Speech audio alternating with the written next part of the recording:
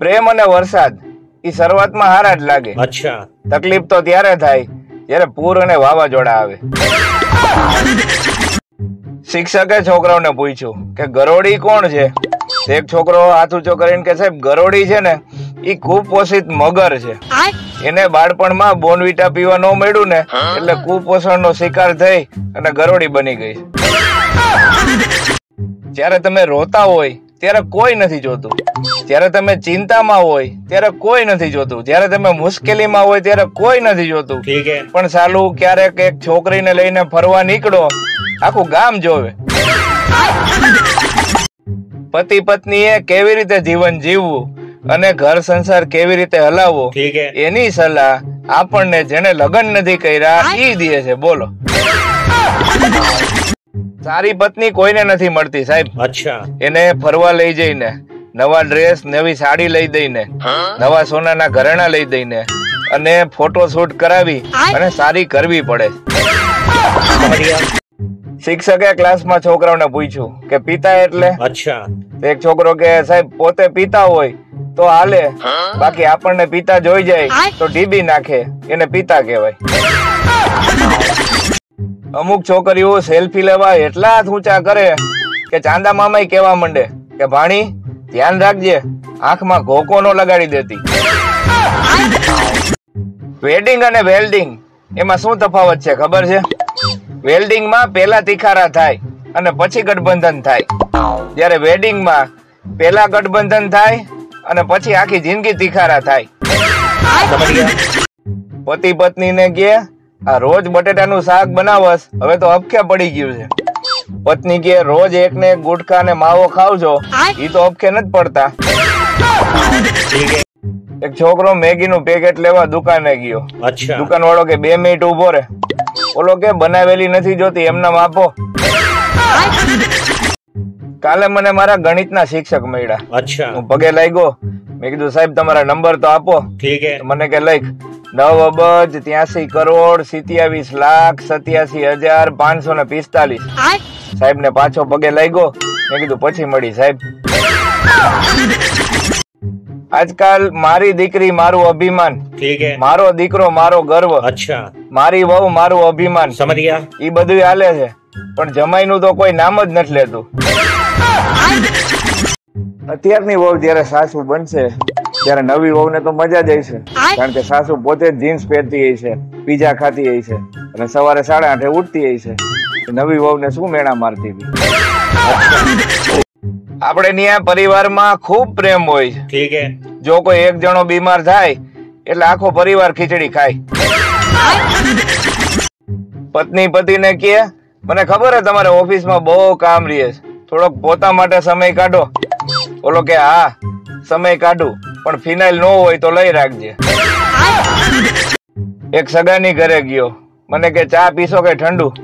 મેં કીધું ચા બને ત્યાં સુધી ઠંડુ પીવડાવી દો. પત્ની પતિને કહે તમે મારી યારે સગાઈ ને લગ્ન વચ્ચે જે સમયગાળો હતો એમાં કેવો સરસ વ્યવહાર કરતા, એવું કરો તો ગમે. ઓલાએ પત્ની નું બાવડું પકડી અને કારમાં બેહાડી દીધી, પિક્ચર બતાવ્યું, નાસ્તા પાણી કરાવ્યા, આઈસ્ક્રીમ ખવડાવી, સસરાને ઘરે મૂકી આવ્યો. એટલે કેમ આટલા બધા ચૂપ છો? તમારી પ્રેમિકા રાખડી બાંધી ગઈ કે હું?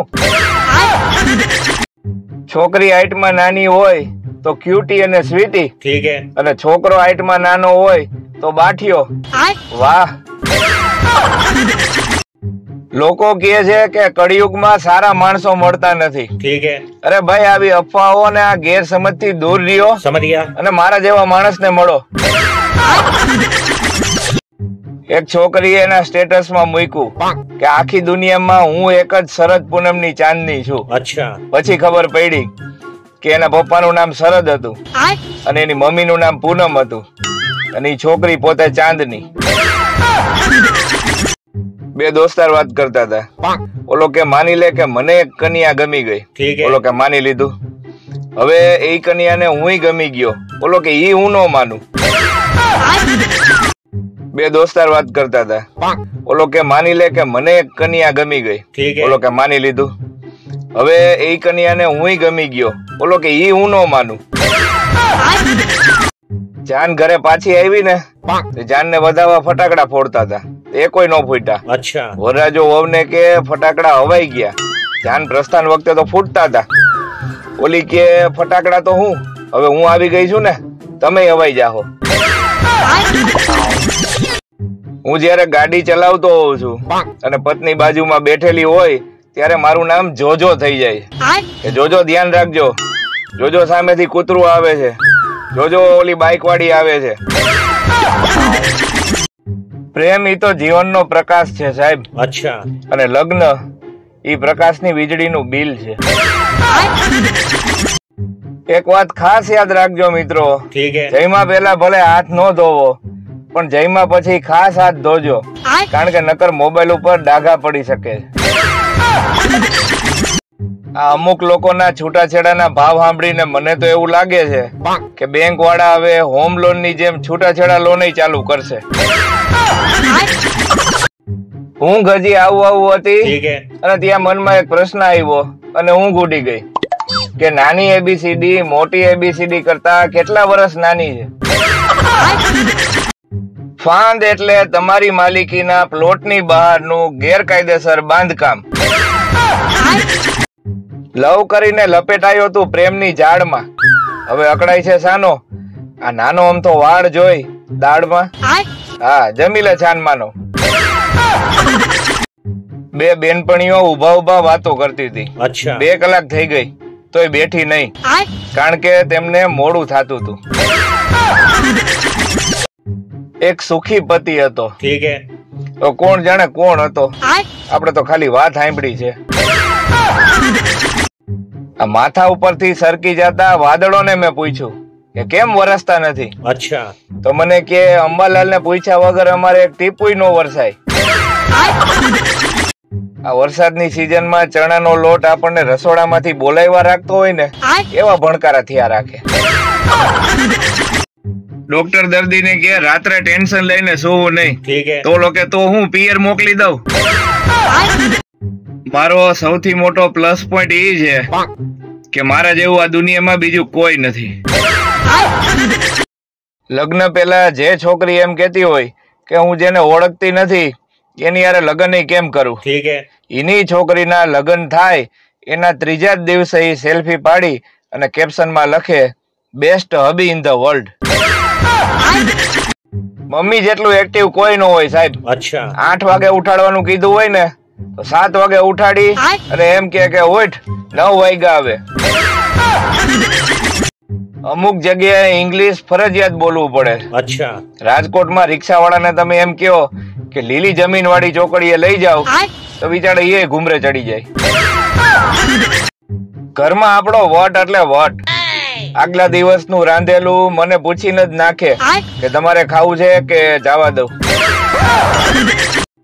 ગણિતમાં XYZ એટલે ગુજરાતીમાં ફલાણું ઢીકણું અને પૂછડું. મોબાઈલ ની સાલી એટલી બધી ટેવ પડી ગઈ છે ને કે મોબાઈલ ની બેટરી જેમ જેમ ઓછી થાય છે એમ શ્વાસ લેવામાં તકલીફ થવા માંડે છે. મચ્છર અને માખીએ નોકરીના સમય માટે જાણે સમજી લીધું હોય એવું લાગે. માખી હવારના હાથ થી હાંજના હાથ સુધી હોય અને મચ્છર હાંજના હાથ થી બીજા દિવસે હવારના હાથ સુધી હોય.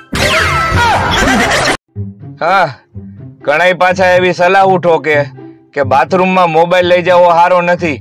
હવે એને કોણ કહે કે એ સાચા છે. કુંવારાઓની નજરમાં દરેક સમસ્યાનું સમાધાન લગ્ન હોય છે અને પરણેલાઓની નજરમાં દરેક સમસ્યાનું કારણ લગ્ન હોય છે. હું તો કઉ છું આ પૃથ્વી કરતા માણસ મહાન છે, કારણ કે પૃથ્વીને ફરતા 365 દિવસ લાગે અને માણસને ફરતા 1 સેકન્ડ. તો એક વાત પૂછવી હતી સાહેબ કે જો ઇતિહાસ સાક્ષી છે તો ભૂગોળ શું છે? જો લગ્નની કંકોત્રી જોઈ અને સીધું તમારું ધ્યાન જમણવારના સ્થળ અને તારીખ ઉપર જાય છે તો એટલું નક્કી રાખજો કે તમારી અને મહાભારતના અર્જુનની આંખમાં જાજો ફેર નથી. ટ્રાફિક સિગ્નલ ઉપર 1 મિનિટની રાહ નથી જોતા, એવા પાછા છોકરીઓના રિપ્લાય ની કલાક સુધી રાહ જોવે. મહેરબાની કરી અને પત્નીથી ખોટું ન બોલો સાહેબ. समझ गया. કારણ કે એ વાત જ પૂછતી હોય છે જેની એને અગાઉ ખબર હોય. પતિના પૈસાથી પતિને જ બેવકૂફ બનાવવો એટલે બ્યુટી પાર્લર.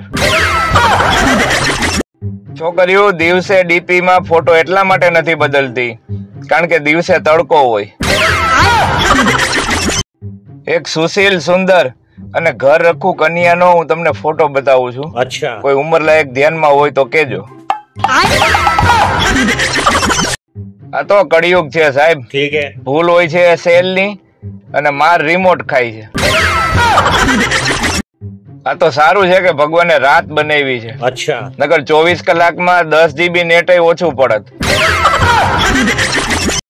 એક જણો પથરી કાઢવા રોજ બિયર પીતો. अच्छा. ડોક્ટરે કીધું કે પેલા લીવર કાઢવું પડશે. સપનામાં જો તમને પાન દેખાય ठीक है. એટલે સમજી લેવું કે તમને કોક ચૂનો લગાવવાનું છે. એના દિલનું ગેસ કનેક્શન જ બંધ હતું સાહેબ. અમે જ નાદાન હતા કે લાઇટર મારતા રહ્યા. છોકરી વાળા કે છોકરો શું કરે છે? ઓલા કે એન્જિનિયર છે. अच्छा. કે હા પણ કરે છે હું. જો છોકરીઓ અમારા છોકરાઓની જેમ સુંદર હોત ને તો બિચારીઓને વારંવાર બ્યુટી પાર્લર ના ધક્કા ન ખાવા પડત. એઠું ખાવાથી પ્રેમ વધે. ठीक है. એમ કરી કરી અને કેટલીય મહિલાઓ ડબલ થઈ ગઈ.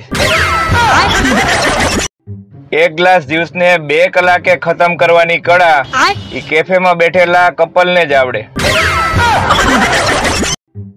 પ્રેમ હંમેશા આળસુ વ્યક્તિને કરો. ठीक है. કેમ કે હવે કાલે કહીશ, મને અત્યારે આળસ આવે.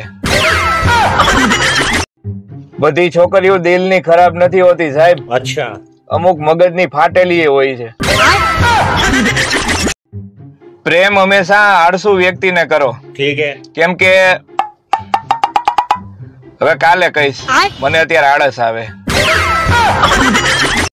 નમસ્કાર મિત્રો, કેમ છો બધાય? ગુજરાત તો પ્રેમ આપે જ છે, પણ ગુજરાતની બહાર વસતા આપણા ગુજરાતી ભાઈ બહેનો મોટા ભાગના US માં જે રહે છે એનો પણ સારો એવો પ્રેમ મળે છે.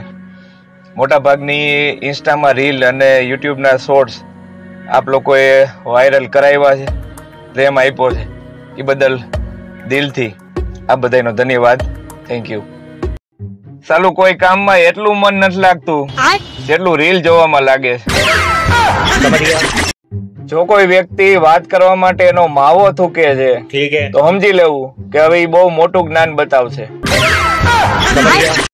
ગુટખા અને તમાકુ ઉપર લખેલું હોય કે આ નો ખવાય, ઝેર છે, अच्छा. તોય માણસો આખો દી ચાવે. એનો અર્થ એ થયો કે આ માણસો કોઈના બાપનું માને એમ નથી.